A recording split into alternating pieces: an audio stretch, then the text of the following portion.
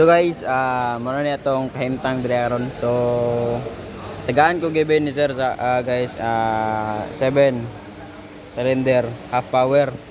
So mano ni siya guys half power. So nakuha ra gyud ako kaluwayan guys ang result sa tanan piston cylinder. So ang ano ni guys paring order sa 7 mo na siya ang start power kay 7 half tapos number 4 ang number 4 ani guys kay 1 half suction. Half suction, bali suction siya guys pero katunga ang piston, bali nag-intake open ang intake, katunga ang piston.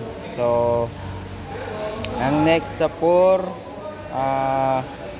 ang sa 3 kay kuan, ang sa 3 kay suction exhaust. So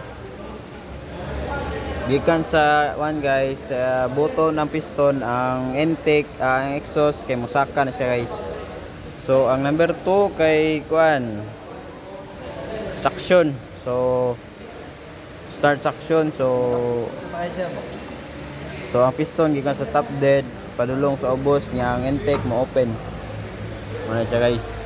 So ang next kay number 1 half compression. So gikan sa button dead center ang all valves kay mo close compression. And then there is number 5 guys kay suction compression, close tanan valve nya ang piston kay nasa button dead center. Yang si number 6 guys kay kuano na siya. So half exhaust. So nag-exhaust ni open ang yang kuan, open ang exhaust yang ang piston niya kay half lang katunga. So ang pag matap dead na siya ay matap piston mo close na po niya ang exhaust nga valve nga push rod.